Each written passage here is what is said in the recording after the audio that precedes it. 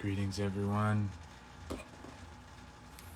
Just give it a few moments to see if any of the homies want to join. Hey, Renee. Hey, Alia. All right. So, just ensuring that this space is sacred, safe, and protected. That any and all wisdom that is shared here, any knowledge or information, will be utilized for the overall well-being of all involved. All right.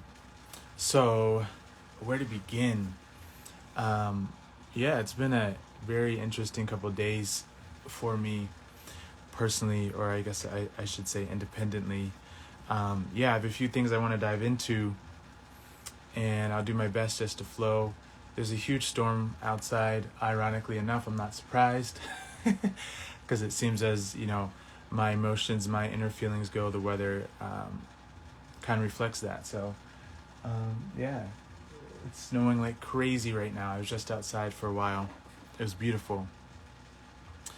Whenever I played college sports, one of the biggest things I learned, right away was that whenever you're tired, the first thing to go is your mind. So whenever you've been working real hard and, you've been running plays back and forth and you've been studying, the first thing that goes is your mind. So your mental clarity, your ability to stay focused, will start to wane before your physical body does.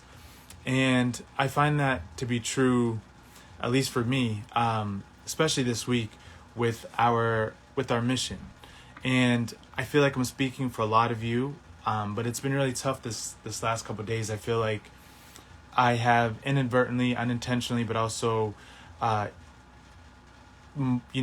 beautifully been challenged as far as where I'm at, what I'm bringing, how I'm bringing it, how is it showing up, how are other people perceiving it, and all these different moving pieces. And so, I pride myself in being able to stay focused because I've had a lot of training, especially from my athletic background.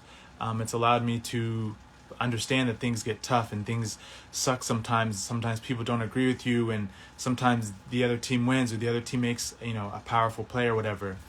But admittedly, as much as I'm very much a cosmic being, or as some would say, a water spirit, I still feel the emotions and I still feel the intensities of what it means to be doing what I'm doing. I still feel what it's like to have kids and have them get upset and, not be able to always soothe them the way that I, would like to in the moment. So, I think right now we're all feeling a lot of intense energies as we have gone through these last 2 years, and all this collective energy has been stirred up. It's allowed us to reflect on ourselves, right, and our ability to move forward and how we move forward. And so if anyone has feeling off or out of it, or kind of like dog tired, I get it. I really understand. I think there is a time for everything. And as I allude to, the analogy of the football players, the first thing that goes is our mind. It's our mental state whenever we feel tired.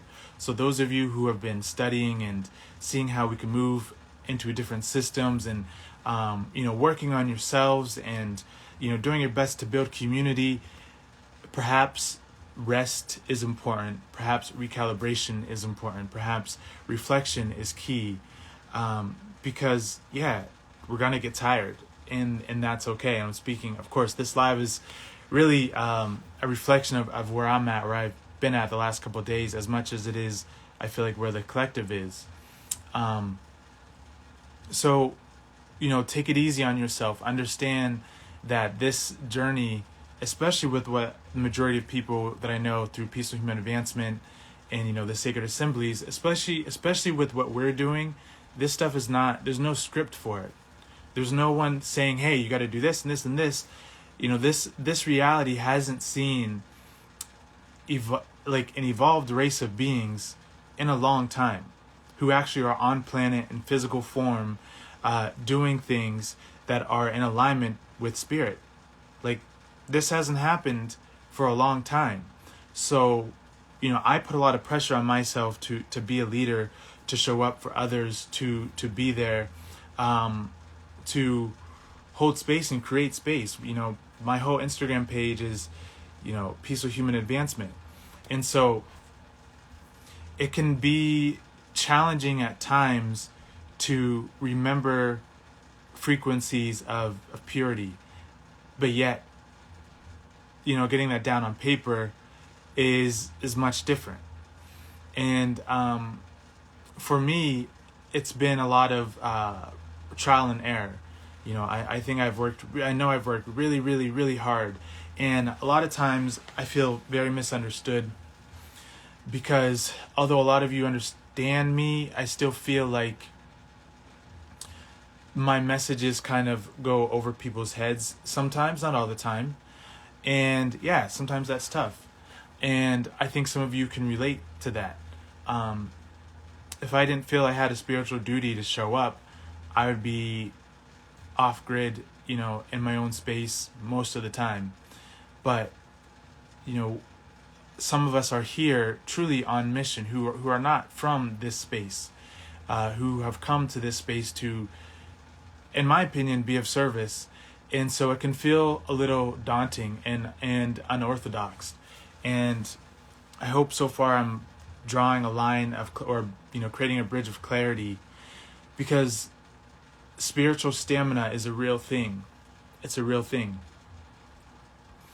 And we have to be able to understand that while there's no opposites, there are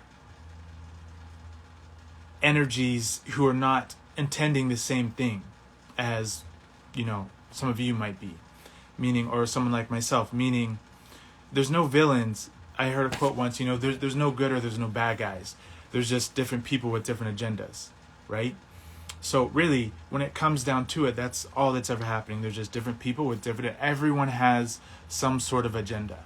Now, what matters is what you are doing. What are you intending? What is your agenda, right? What is your actual point of reference? Why do you do what you do? What's the core principle behind all that? And that's something that I reflect on, daily, is, okay, where am I at? How am I showing up? And this, like I said, this requires us to have a deeper stamina that goes beyond the physical, that goes beyond the emotional, that goes beyond the intellectual, but a spiritual stamina, meaning continuously referring back to that first intention of why we do what we do, right? How are we showing up, and where is that energy coming from? And whenever things get tough, whenever people, turn their backs, I've had a lot of, quote, friends this year, or last year I should say, who I thought were friends, and, I do something for a service or something, and they completely go the other way, and they don't agree, or I speak a little bit of truth, and they just don't resonate. And I've probably lost more friends last year than I made friends. There's just a couple people that I messaged that I actually feel, I don't want to say close with, but people always have agendas. People sometimes are what they say they are, sometimes they're not. And I think what's important is that we, as independents, remember what our purpose is, right? What's our agenda? Why do we do what we do? So that brings me into my next point, which is clarity, right? So whenever the caterpillar is in the cocoon, some of you probably already know this, whenever the caterpillar is in the cocoon, it actually gets all squishy, right? Its whole being actually becomes complete mush, and everything falls apart. It doesn't have a form anymore, right? It's literally being alchemized in this cocoon. So that can't be fun. I can't imagine that would be a pleasant experience for the caterpillar. And so what that says is that, like, even in nature, the transition period is going to be a little hectic. It's going to be a little bumpy. It's going to be a little discombobulated, right? Transitioning from one dimension to another dimension is not easy for a race, And this is probably one of the reasons why the majority of people would rather stay complacent. Because to actually, it's one thing to have the idea, it's one thing to know that you could do something about it. It's a complete other thing to actually do something about it. Right? It's a complete other thing to sit down, take the time, take the energy to apply what it is you're here to do. Right? So, yeah, we'll get to flat Earth here in a little bit, but I'm gonna keep flowing for a second. But I see you. So, the cocoon represents that space of transformation, that space of shifting, and I feel like a lot of us, maybe it's just me, are in that cocoon phase where we are learning. Okay, well, we're leaving this system, we're building another one, but yet it hasn't fully materialized yet. And so it feels really uncomfortable. And and I just want to share that with you guys, that if any of you are feeling that, it's okay, because trust me, I am too. My heart hurts, maybe some of you could tell, because as I said, I feel like, especially this past week, I've intended to bring something to this world, and people that are close to me, unintentionally, I felt like they didn't really understand, or there were some comments made that wasn't really reflective of what it is I'm actually doing. And yeah, that hurt my heart, that hurt my feelings. And I just want to share this space, hey Jen, to let people know that it's okay to feel those emotions, whether you're a starseed, an indigo child, it doesn't matter what it is. We all have these feelings, we all have these senses. And most of us are very sensitive to energy. And so whenever people say certain things, not that we take it personal, but there's an energy of like, ouch, that hurt, whether it was intentional or not. So as humanity transitions and as we move through this cocoon period, just remember that keep plugging back into what is your intention, what is your agenda, what is your purpose for doing what it is that you say you do. Keep plugging yourself back into source. Keep returning back home, regardless of what happens externally, regardless if people listen to it, regardless if people align with it, regardless if people understand it. It's no one else's responsibility to bring forth your vision, right? It's no one else's responsibility to keep you going, right? This is all something that we have to do within ourselves, because again, no one's going to do it for us. We may get help, we may achieve some sort of alliances along the way, but sooner or later, the doors always revolve, right? The tides always turn, okay? The wind always shifts directions. So what is the constant in all those tides and winds? What's the constant? Well, you have to choose to be the constant. You have to choose to continue to show up regardless of how tough it seems. You have to have spiritual stamina. You have to remember why you're doing what you're doing. And right now there's so much noise out here. There's so much noise. There's so much there's all these agendas going on. There's just so much. And whenever I was sitting outside in the snow, it was interesting because there was all the snow and all the wind and everything in my face, and I just said to myself, like, I'm the eye of the storm. That's it. In this moment, I'm the eye of the storm, meaning I can retain the space regardless of what's going on around me. So yeah, just wanted to share that. Greetings, everyone. This is probably one of the more, I would say, emotional or I guess human topics or things that I've talked on in a long while, but I think it's needed. So thanks for being here for it. So yeah, there's spiritual stamina, there's clarity of what it is you're here to bring, and then actualizing that regardless. And we talked about the cocoon phase. And so yeah, the Republic of Eternal Nations is here. It's open, it's established, and that's been interesting to see how people have taken that, how people have understood what that really is. And so what this private member association is a space for people to simply come together and be there for each other. And I want to give a shout out to my dear friend Lily, who is actually a beautiful mentor and a space of presence for me last night as I was kind of going through these emotions. And she said, Krys, you are the only one who I've seen be able to actualize what it is that you say you're going to do, as far as moving out of the system and actually setting something up for people to actually move into. And it was just really nice to have her reflect that and have her recognize that. And she, those were her words, that just let people know that you are setting a space up for people to be there for each other. Nothing more, nothing less. And that's exactly what the Republic of Eternal Nations is it's a space for people to be there for each other, to build together, and to actualize themselves, and to self-govern. Now, contrary to popular belief, the process to get us there might not be as easy as what people think, right? So sooner or later, someone had to step forward and set something up so that people could actually move into this space, right? For me, this space is the Republic of Eternal Nations, which is people from all over the world coming together. Now, I'm saying this because I have nothing to hide. I am open.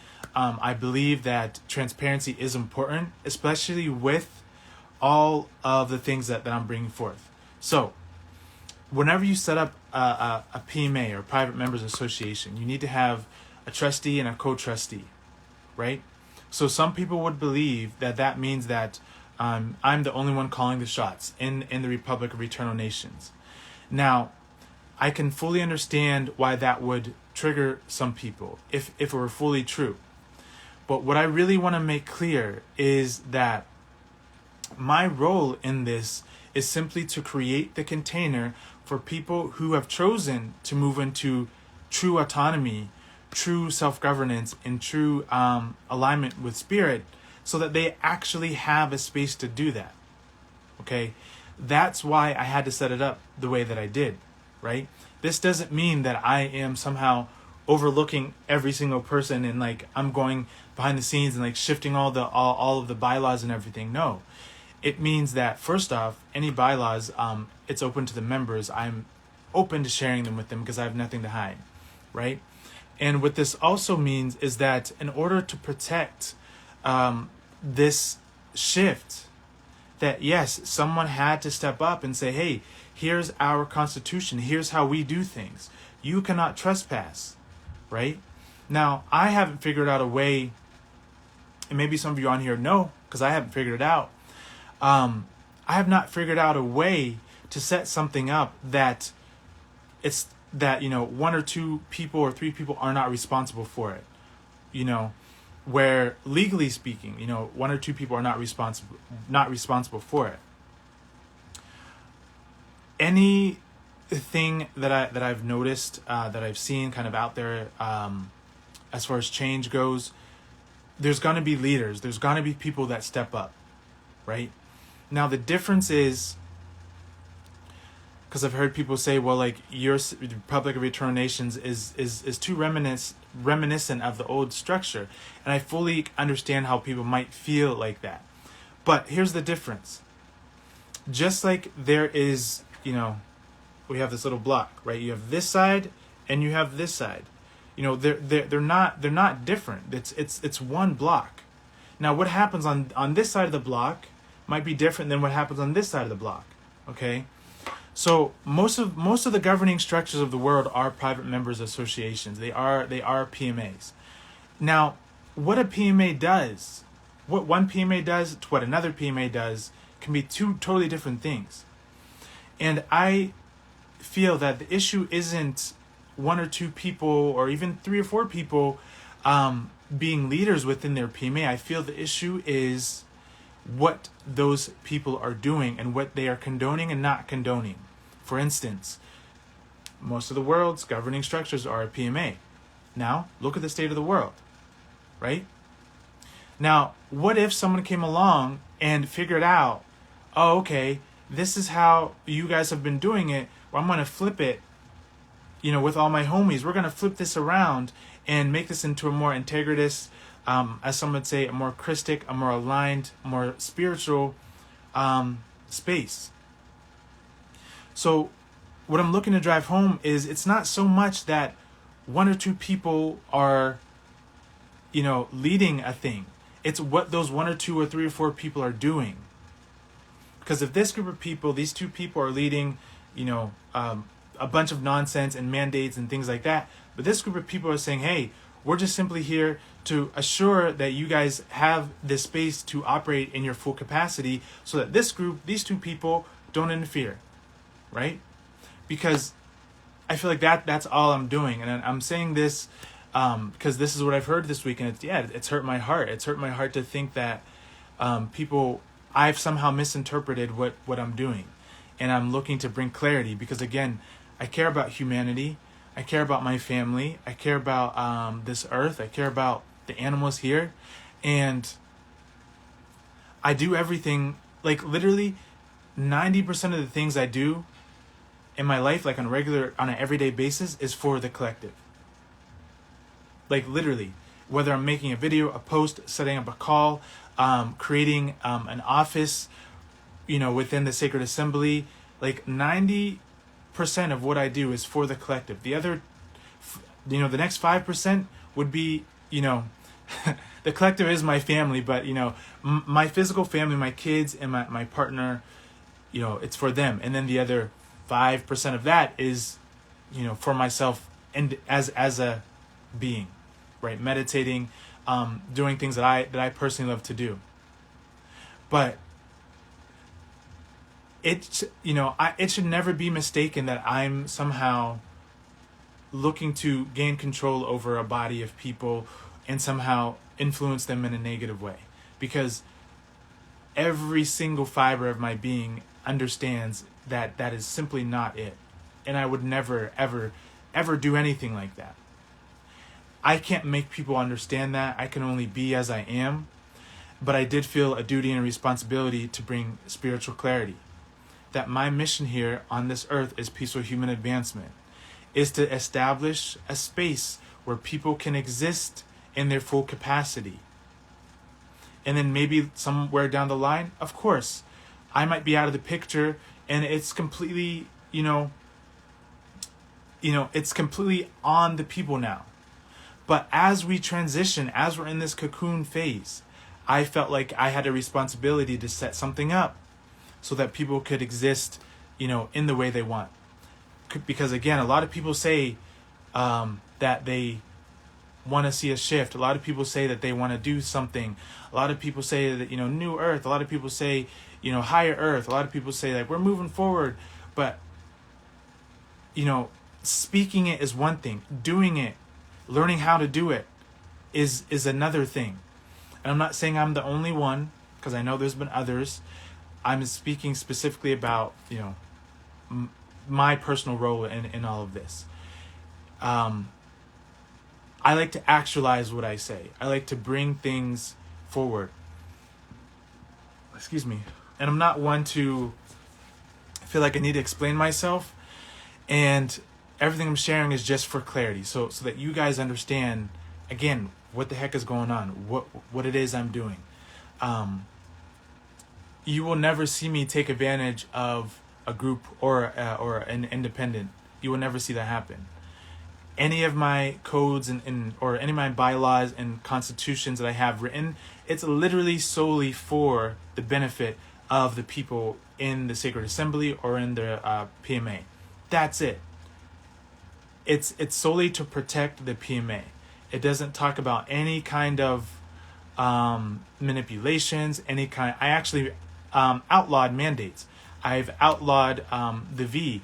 I've outlawed the Georgia Guidestones, right? These are all in my bylaws, okay? I've outlawed racism. I've outlawed, what else? Any kind of trespass, all these things. Okay, so I have literally nothing to hide. So I hope that's really clear. I hope that's really clear for anyone who might watch this, for the people who have felt to question my intentions. That's fine. Hopefully I've made it clear. I'll talk to them individually. when that moment arises.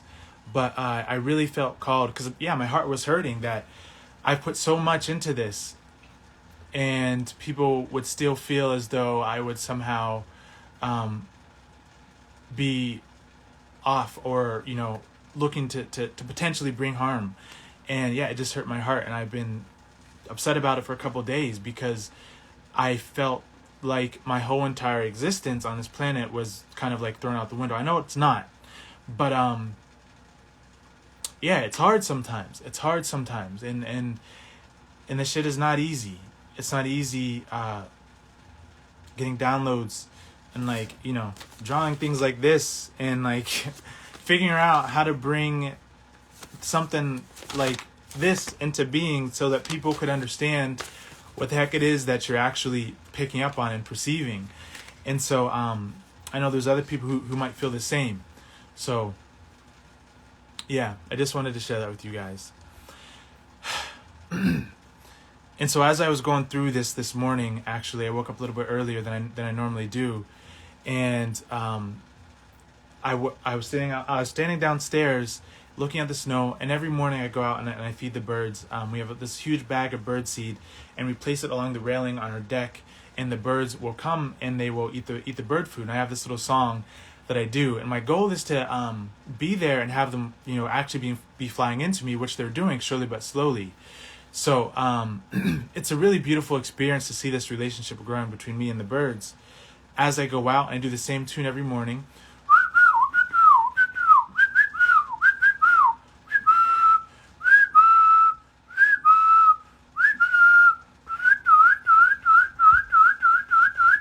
So something along those lines, right?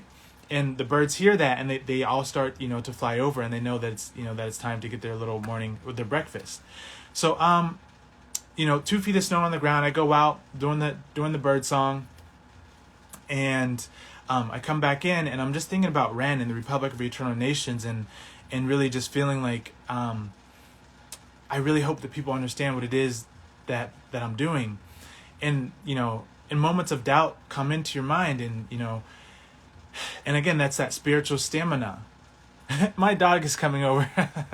It's that spiritual stamina and having the ability to trust yourself regardless of what people say, believe, or think about you or what you're doing, right?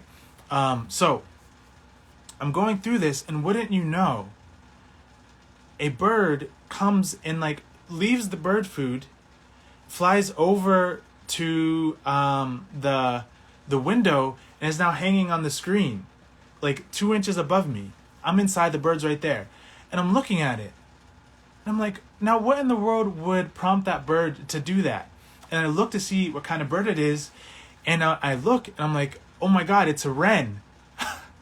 And the acronym for the Republic of Eternal Nations is wren. And I was just so happy because literally in that moment, all the self-doubt, all the kind of mental games that I was running myself through started to dissipate, because this wren literally showed up as if to say, you got it, you're good to go, don't worry, right?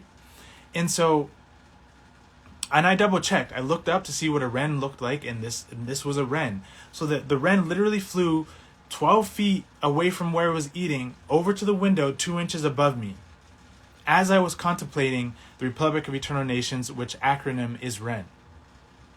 So nature always has its signs and clear affirmations, and that's a quote from Nako. But yeah, I just felt like that was a direct reminder for me to continue and to keep putting out the good work regardless of what's happening. And I'm sharing all this because I think that humanity, especially those who've been on the front lines, we get tired and we are like, oh my God, are we there yet? And I just want you guys to know that I understand those feelings. I understand what that's like. And those of you who have kids, I really understand. Not to mention, I'm doing all this with a 4-month-old, right? With a newborn and a 4-year-old. And so I might not get every single word right.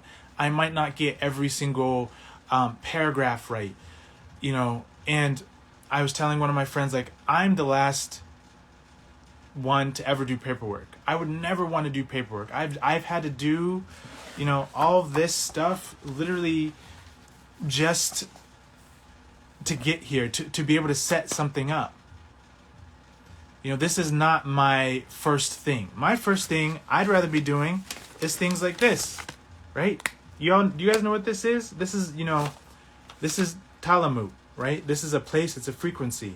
It's a frequency band. It's a portal, right? I'd rather be downloading, getting downloads and doing things of this nature.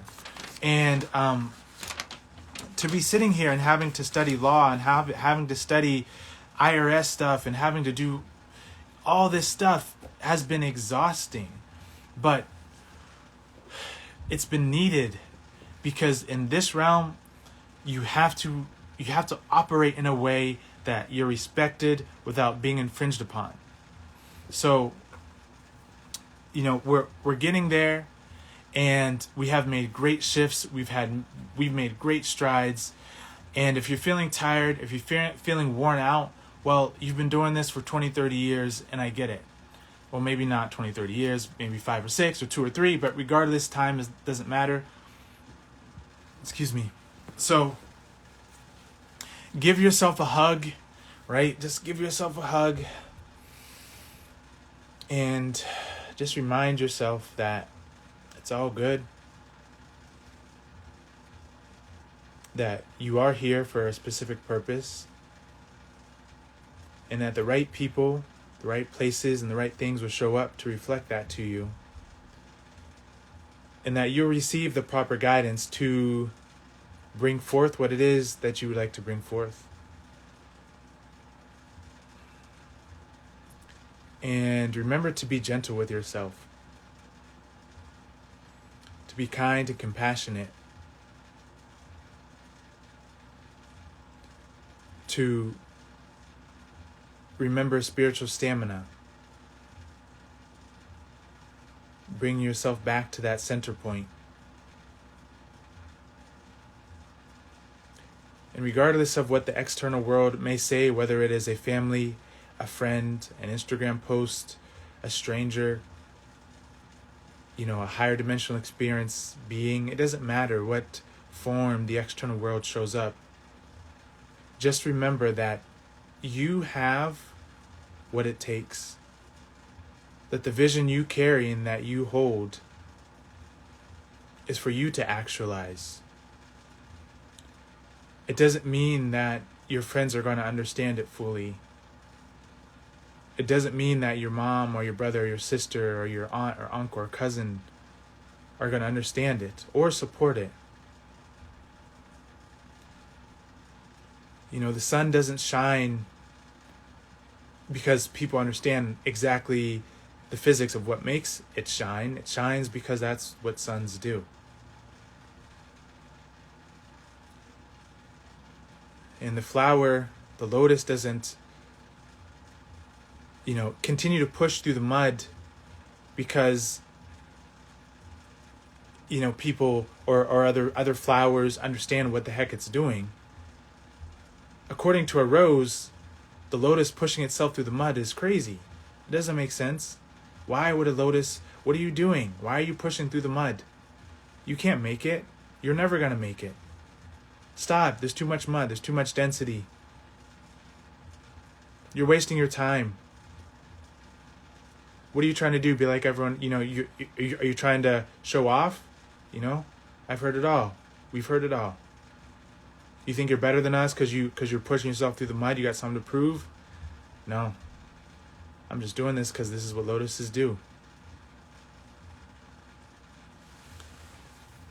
And once the lotus pops up, the rose has a newfound respect because the lotus has done something that the rose has never, ever been able to do.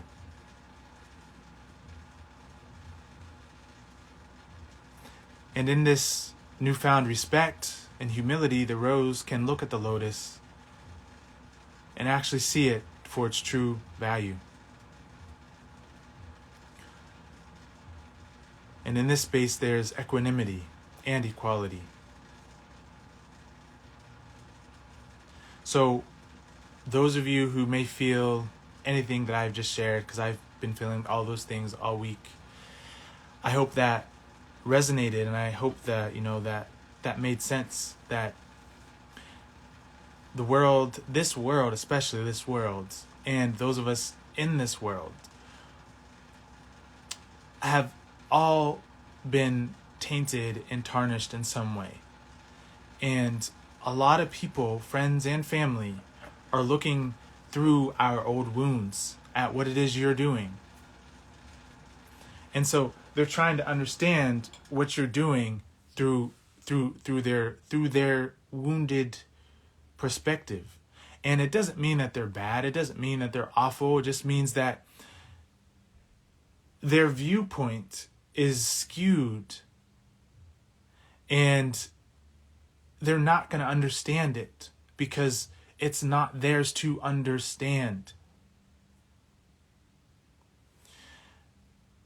And you can never set things up from a place of pain. You can never lead from a place of hurt. You can never protect from a place of not wanting others to be hurt. If you are leading or attempting to lead from a place of pain, or if you're attempting to be in service to others from a place of a wounded aspect, but you're doing it because you care about people, but again, that intention, that place, what is the foundation? What is the rock? What is it that you're standing on? How are you moving forward? Where is that energy coming from? And if anyone, I learned this the hard way.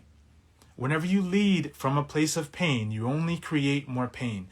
Inevitably, sooner or later. Right? Whenever you know that you have embodied your frequency of your true self, of love, whatever you guys want to call it, you no longer need to feel like you have to protect others, you have to keep others safe. That becomes a byproduct of you leading with love. It's two different things. On one hand, you say, oh, I would like to protect people. I want to make sure that they never have to go through what I went through. What's the thought behind the thought there? What is the underlining tone there? I never want people to go through what I went through. What is that energy? That energy is still coming from identification with that wounded aspect of you. So, what can you expect the result to be down the line? Whether we are leading 1 or 2 people, whether we are in service to 5 million people, if we are coming from that space of, I don't want them to go through what I went through, and this is for parents, guardians, family members, sacred assembly leaders, this is a message for humanities. We have to let go of the pain that we have all experienced of the old structure. We cannot be afraid that an old structure somehow might creep into a new structure. Because by us doing that, we are still latching and attaching to that old way of thinking. Instead of recognizing that we can operate from a place of full empowerment, which means I know who I am. I know what I am. I stand upon the throne of Source. I sit, I should say, or stand or float or levitate. And it is from that space where I emanate my frequency. It is from that space where I lead my members. It is from that space where I am in service to others. It is from that pure state of being that I can share. Now, the results of that are going to be drastically different from the results of not wanting others to go through what you went through, or fear of an old structure. 2 different results are going to take place.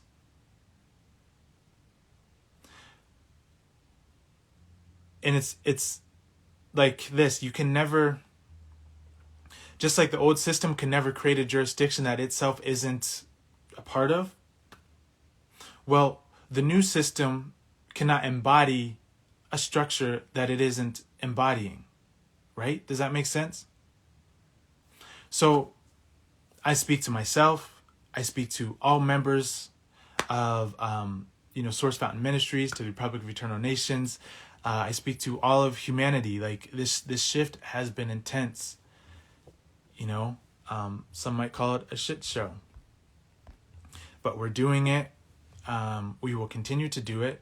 I personally will continue to refine my paperwork. I'll continue to refine anything that I feel aligned with, with spirit to refine.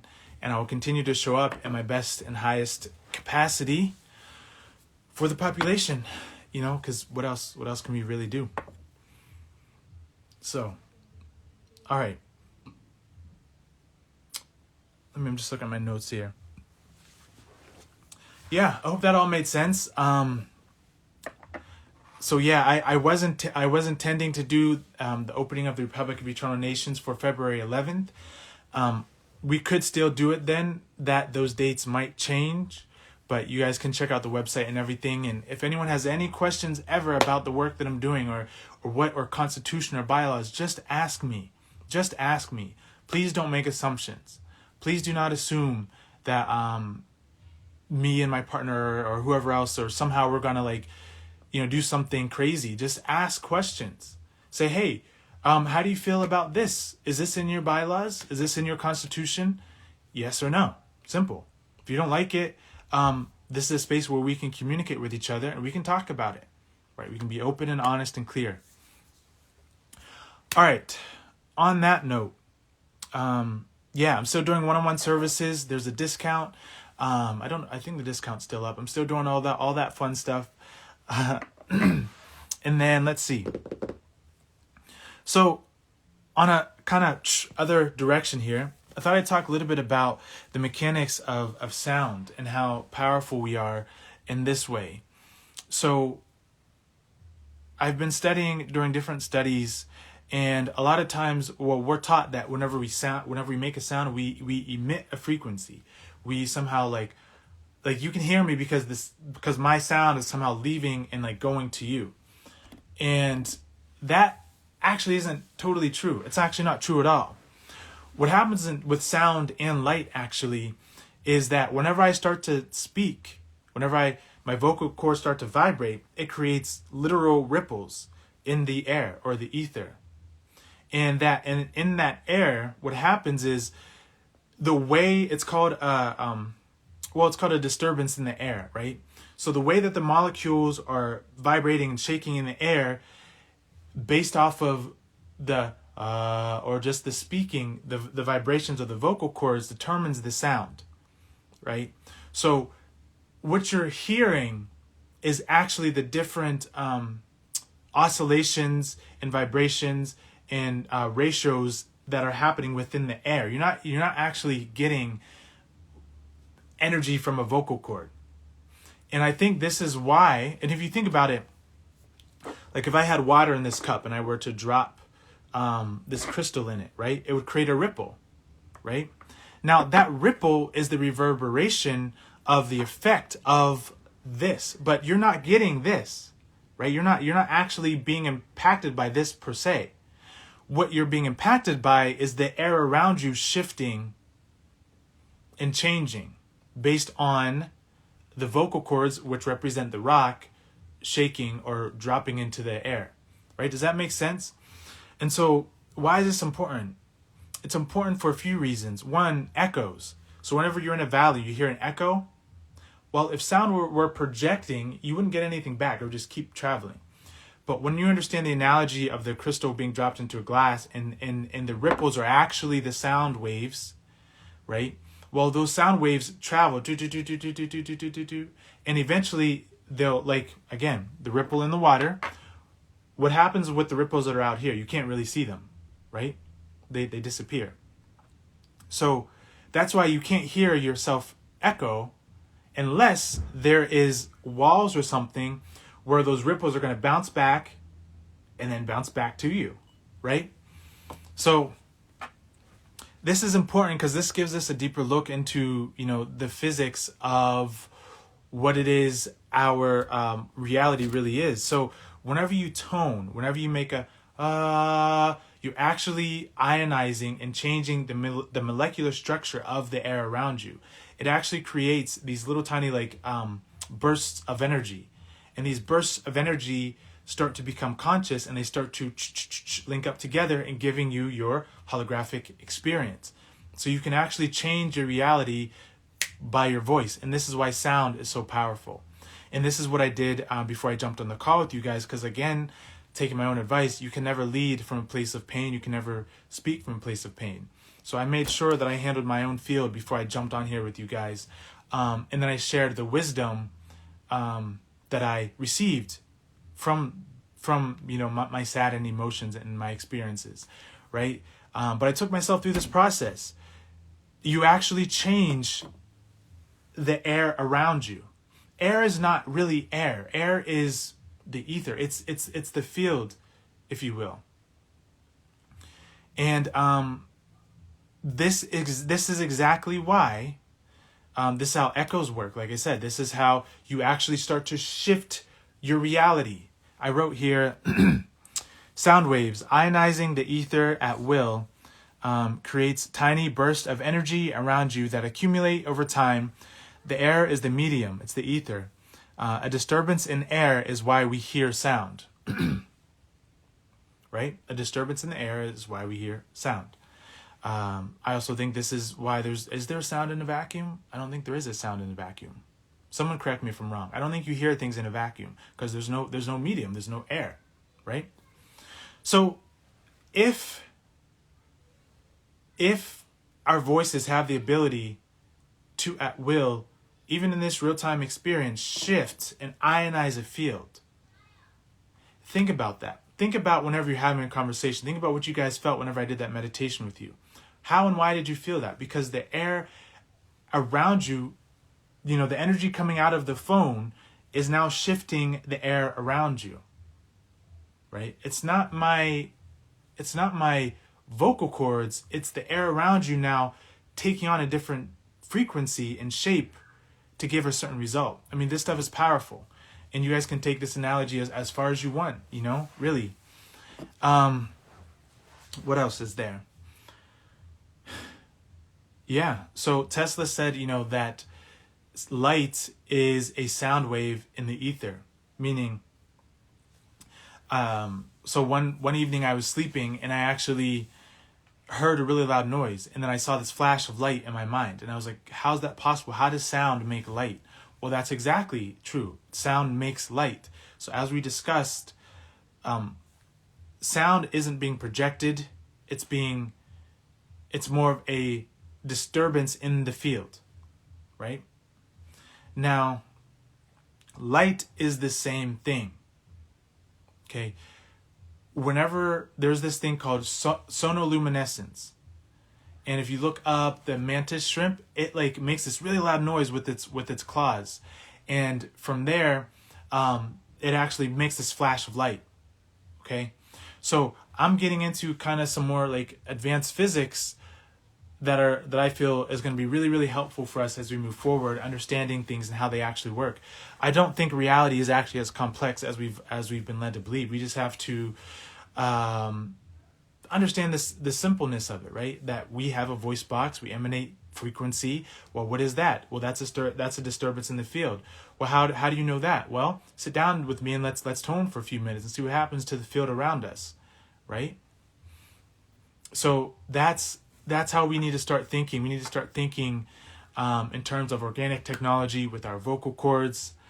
And yeah, I mean, I don't really have much else. I think someone had asked me about flat earth, and I'm open to share that because again, I have nothing to hide with you guys. I don't think the earth is inherently flat. I think what people are misinterpreting the flat earth is planes of reality. I've never ventured outside of, my physical in my physical body to look at the earth, but consciously speaking and through my higher dimensional experiences, it just conceptually does not make sense for the earth to be flat. Again, you guys, if you're a flat earther, that's fine with me. Someone asked a question, so I'm just, speaking to that. You can think of, let me see if I can draw this real quick. Well, okay, actually, if you imagine a sphere, right, like a circle, like a sphere. I don't know if I have anything to show you. I guess we just use this crystal again. Now you would have like this plane, do do do do do. You'd have this plane, do do do do do. You'd have that plane, do do do do do. Now planes are broken up into frequency bands, which again is different variations in the ether. Again, look, this stuff is crazy. Look, you can get to a point when you can understand what I'm talking about to the degree where you can open up your own portal. Because if you paid attention to what I just said, your sound actually moves the air, which is to say you can actually shift the particles enough to open up different spaces. Do you understand that? Like, that's how, like, I'm trying to be careful because I know we're on Instagram here, but there's something to this. And so we can open different spaces using our organic technology. Now, why is it important for the flat earth theory? Is I think the human being can only see a certain frequency band. So there is a part of us that, or I'm not a frequency band, a certain light spectrum. Could you imagine if we're sitting in meditation and like, okay, if I focus right now and I focus on my upper energy center right above my head, that's a real thing. It's actually happening. I can't physically see it. But could you imagine if we had the capability that our eyes could actually perceive a higher frequency or, more light realms? We could actually see these kind of phenomena happening all the time. Everyone talks about, the creating the energy sphere between our hands. We can't see that, but we can feel it between our palm chakras. We can feel that. We can't see it because our physical eyes cannot pick up on the light spectrum. Doesn't mean it's not there, right? So what I feel like is happening with the flat earth is that we are seeing different layers of a sphere, of an energetic sphere. And, again, I have never really gone too far down that path because there's only been a couple people who I've known who have actually been into the flat earth theory that didn't feel like they needed to prove something. And most of the people that I personally experienced talking about that theory, it feels like they needed to prove something. They needed everyone to, they needed to prove it. They didn't feel grounded, ironically enough, in their convictions to simply exist and live and be. Right? There seems to be a lot of like information. It seems to be it's like very high vibrational, which is not what you want to do. It's like very like buzzy. And this isn't every single flat earth person that I've spoken with, but I'm saying the majority of the ones that I have given me this feeling. And for me, that says more than like the information that they share about it, because what that says to me is that like they don't really feel grounded in their belief. And where, right? Okay, look, like if the earth is the shape of this block, how does that, it doesn't impact me. If the earth is physically all the way flat, how does that shift what I'm doing right here, right now in this moment? It doesn't. It's just more information. But information isn't what we need. Connection to spirit is what we need. And what shape is spirit? Anyone know what shape spirit is? Anyone know what shape energy is? Right? So for me, that's what's important. Not necessarily what the shape of a planet is, but what is our connection to spirit. But since we're having fun with the topic, what is Venus flat? Is Mars flat? Is Jupiter flat? Why is it only ever flat Earth? Maybe I haven't looked deep enough into the theory, but that's been one of my questions is why are we only ever talking about, is there any other systems that are flat, or is it just the Earth that's flat? And if so, how does that align with harmony and cosmic order? There's, I don't know. It just doesn't make sense to me. Yeah, hopefully I answered your question. The person who was asking about, flat Earth. Everything is energy. Exactly. Yep. All right. So I'm just going to check, see if you guys have any messages thank you for listening. Thank you for being present. And again, if you feel as though you've been going through some tough days and people don't understand you or what you're doing, again, remember the example I gave of the lotus moving through the mud. That the rose is going to think the lotus trying to move through the mud is fucking crazy. It's not going to get it. It's not going to understand it. And the rose, in its own beauty and its own glory, but it's also naive to the fact that it's not really its business what the lotus is doing, right? And it's not gonna be understood. It's not gonna understand, what the lotus is doing. It can observe and ask questions, but to place judgment and to kind of move from a place of ignorance is, it's never gonna work out. So, eternally grateful for your presence and leadership guided by heart. Thank you, my friend. I appreciate that so much. Please read your DM. I see you and I love you. Thank you. I will. I have so many messages, guys. I really thought about jumping off Instagram for a couple of days, and I was like, you know what? This is just my emotional body talking. I need to face it. I need to actually sit with this. I need to actually be present with what I'm feeling instead of like kind of running away from it. So I decided, I'm going to face it head on, and I'm going to do a live about it. Sit in meditation. Had a beautiful conversation with my friend Lily last night.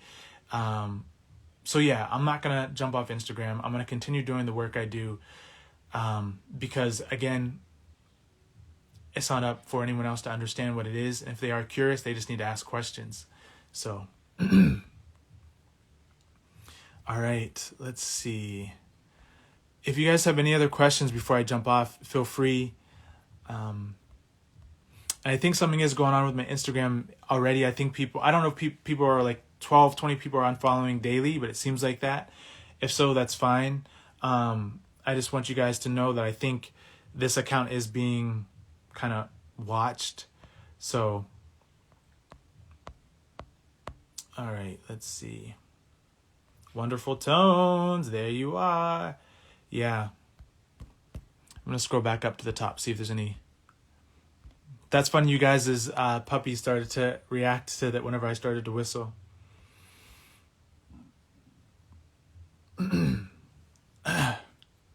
Let's see. These comments are amazing, guys. Thank you so much. Yeah, and I didn't come on here to, really for empathy or pity or any of that stuff. I felt like, again, me being, I guess you could say, a self-appointed leader, I've always been in a position of leadership. And I think a lot of people, this is important. You cannot be afraid of being a leader. You cannot. I've heard people say, different people say that, like, they don't want to be a leader. They don't want to be seen. They don't want other people to like look up to them, or like, I get that. But you also have to understand that those of you who have the coding and the remembrance and the connection to yourself, you are a leader, whether you like it or not. And there might be a leader who has like 2 followers on Instagram. And there might be a leader who has 2 million followers. There's no difference. The difference is, there's no difference. The difference is, there's no difference in their leadership, like that they're both leaders. The difference is what they do with that leadership. Okay.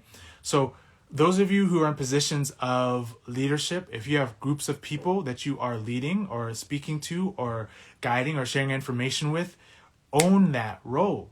Own that. Do not back down from that. One of the things that keeps powerful beings suppressed is our inability to really see ourselves, maybe. Right? Maybe it has nothing to do with the rose. It does and doesn't, but maybe it's really about us seeing ourselves as leaders, as kings, as queens, as those who have taken the responsibility to step up. Right? And I just want people to understand that it's okay to say, yes, I'm a leader. I'm humbled in this role. I'm a leader because I've chosen to remember self. It doesn't mean that I spoon feed everyone and that I do everything for people. It just means that really there's like a certain frequency that you're holding, right? And Yes, imposter syndrome. Like, yes, people, exactly. That's exactly it. And I think a lot of us go through that. How in the world are you supposed to actually actualize yourself if you can't actualize yourself? Hey, Raven, how are you supposed to step up if you can't actually step up? How can you do kind of say you're stepping up, but then when it comes down to it, no, I'm not a leader. No, I don't. No, I'm just a humble. I'm just in service. No, you're a leader. Simple. Do you think that the lion is telling its pride? No, I'm not the leader. I'm just no. That energy is needed because that energy holds a certain frequency, right? It doesn't mean that the lion is better than anyone else in the pride. It just means it understands its own essence, right? Simple. Now, what you do with that leadership is completely up to you, because again, I really don't think it's the aspect of someone being a leader that people are afraid of. I think it's what those leaders do, right? It's what those leaders do. This system would love for you to sit back and kind of play meek and play small and continue to put your own self down passive aggressively. No, I'm just not. No, I'm not. I'm powerful, but I don't want to lead it. No, like, stop it. Just really stop. Leaders need to step up, albeit in a united way, right? Peacefully.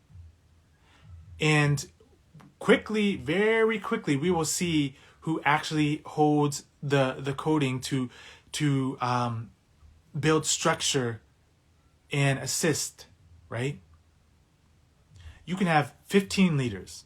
You can have 20 leaders, all in the same community. Everyone's a leader in their own right. I'm talking about the archetype of leader, not necessarily like that one person that is a leader, right? There's people in the Sacred Assembly of Source Fountain Ministries who are leaders. They have offices. There's people who aren't in there that I've been watching who have shown up that are leaders. They don't even hold an office, but they're a leader because they show up and they communicate and they're there for people and they're talking. They're going back and forth, right? So if we can stop putting ourselves down and stop playing small and not be afraid of our power, not be afraid of your power, I really feel like that is going to be key to a healthy moving on for humanity. My role in this is the Republic of Eternal Nations. I've set it up. If you guys would like to be a part of it, that's great. I'm the leader in the sense that I'm the one who set it up, but I'm not going to lead your life. I'm not going to tell you what to do. You would simply be a member so that you could be in a space where you could actually live the way you want without being infringed upon by the other system. Apart from me, my leadership ends there. My leadership does not go further than setting spaces up so that people can exist in harmony and sharing cool insights that I have and cool little codes. That's it. But everything else has to come from you. So, yeah, I really felt like that was important because I see so many people, not so many, I see people doubting, I see very powerful beings afraid to fully step in to their power for fear of not wanting to be seen as a leader and for fear of somehow imposing on another. King Arthur did not impose upon his people, right? Leaders don't impose upon their people. They maintain the space they need to maintain. Who's the cook in the kitchen? They are. They're the leader of the kitchen. Who's the caretaker? They are. They're the leader of the kids. They take care of the kids. Who's the leader? Who organized the space? They are. They organize their space. Who's better than them? No one. They're all equal. Equanimity across the board. Oh, okay. So you mean that just because someone set up something, they're not somehow controlling? No, they're not. Exactly. Right. You guys see the conversation, right? Hopefully making this very, very, very abundantly clear for you guys. Do not be afraid of your power. When you're afraid of your power, you are easily controlled. You are easily manipulated because you don't have any grounds to stand on. You're still playing meek and small. You can be, look, humility and playing small are often they often go back and forth. But I don't think they're the same thing. You can be humbly powerful or powerfully humble. But you cannot be small and powerful. Meaning your psychological awareness to your own innate power and what you can do, you have to stop downplaying it. Because as you're downplaying it, you don't want other people to feel bad for it. You don't want to make other people look bad. You don't want the people that are in your space that you are communing with to think that you somehow have power. No, you do have power, but so do they. By you stepping into your power gives them courage to step into theirs, right? It's a beautiful flow. Can you share some examples of how you use toning in your daily experience? It was really fascinating to hear your perspective. Oh my gosh, I love that. I love that question. Yes. So I use toning a lot, actually. So I hum. So I understand. So it's called neurological bioregenesis. There's not a lot of information, but I guess discovered it within my own experiments. Neurological bioregenesis, which means the ability to bioregenerate and heal and harmonize your physical brain through the use of your own vocal cords, aka humming. To literally shift parts of your brain to match different frequencies to give different results. Neurological bioregenesis. So what I'll do is, I'll just sit and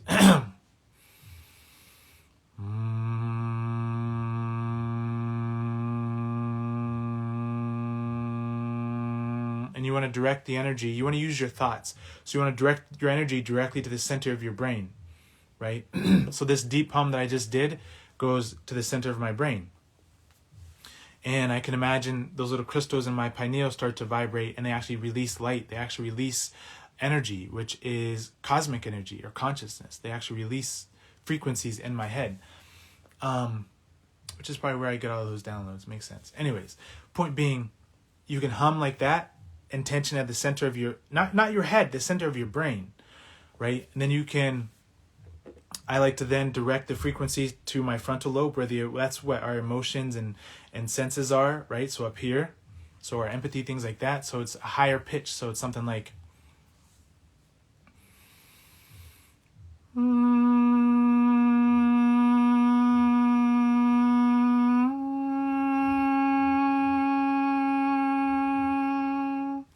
you feel this vibrating in this whole entire front part of your brain, right? I should do a workshop on this. That'd be a lot of fun. And then I like to do one for the back part of the brain, which is, what is that? That's like our decision making, things like that. The medulla oblongata, the cerebellum. So I do one back here, and I just played around with like where I felt the different tones. High pitched here, low pitch here, lower pitched. It seems to be from the side and the back. So it'd be something like this. I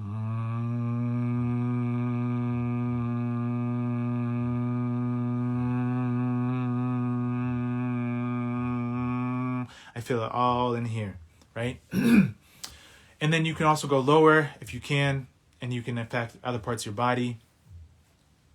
I intentionally will look at my water or my tea or whatever, and I'll hum into it, and I'll tone into it.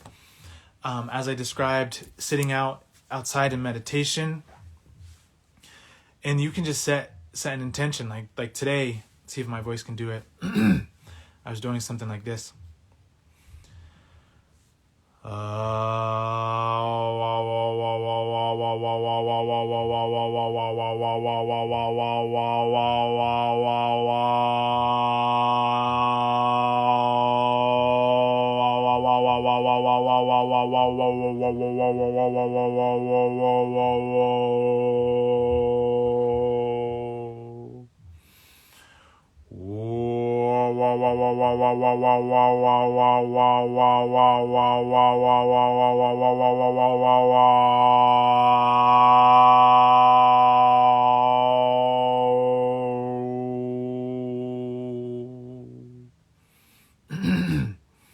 So yeah, you just use your body. Fluctuation.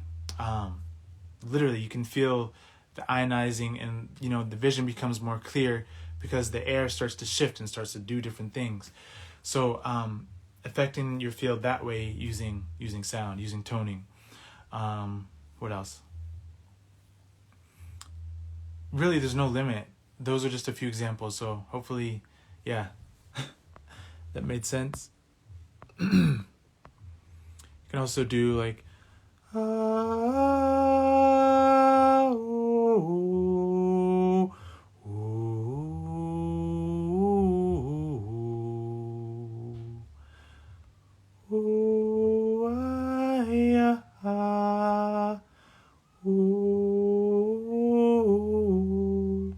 yeah.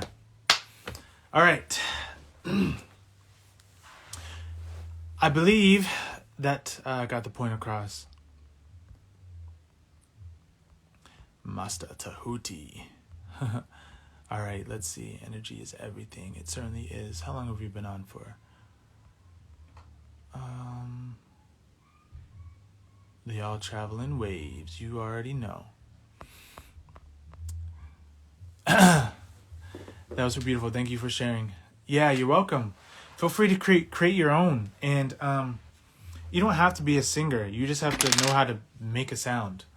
And here's something too, because if there's people who might be mute, maybe you don't talk, you don't make sounds, you can literally just imagine what a sound sounds like, and that'll still give you the holographic effect. Because now you're moving into the first force of creation, which is actually the second, which is thought, right? So the first would be a desire or an intention. Next would be a thought. Then would be the sound, and then would be the light. So those are like the steps of creation. So as you intend to like if you can't do this, if you can't make that noise, you could just imagine that noise.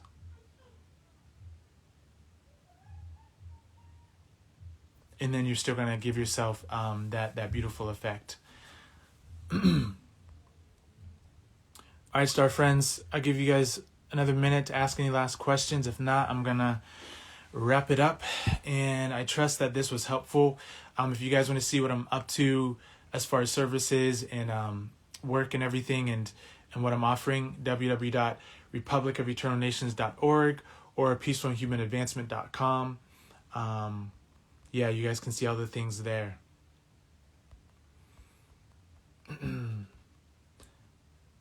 And yeah, you guys can still join the Sacred Assembly, Source Fountain Ministry. You can obviously still join the Republic of Eternal Nations.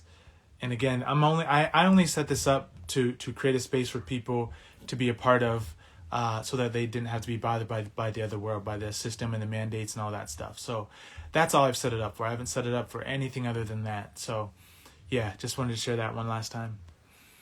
If you have a chance, Corny Hunt, MD, on IG shares quantum codes regarding light and healing as far as a theory on how the human spirit enters the zygote. Okay, so you want me to look into that, or are you asking questions about it?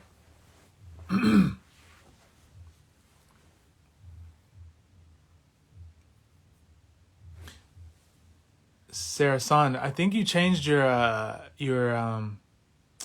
Instagram to the tiger. I absolutely love that. That's awesome. Okay, definitely check it out. Okay, cool. Yeah, I will. I'll check it out. Bless up, Krys. May everyone here and who reads this have a tremendous, beautiful day. Thank you, brother. Always a blessing to read your messages, even if I don't respond right away. All right, guys. Loving you all so much. Keep beaming, keep shining. Remember that if you are in the phase of the caterpillar, who is in cocoon, it's supposed to be mucky and yucky, you'll get through it. And if you are that lotus moving through the mud, the rose is not going to have any idea what you're doing, and that's okay. All right. Peace.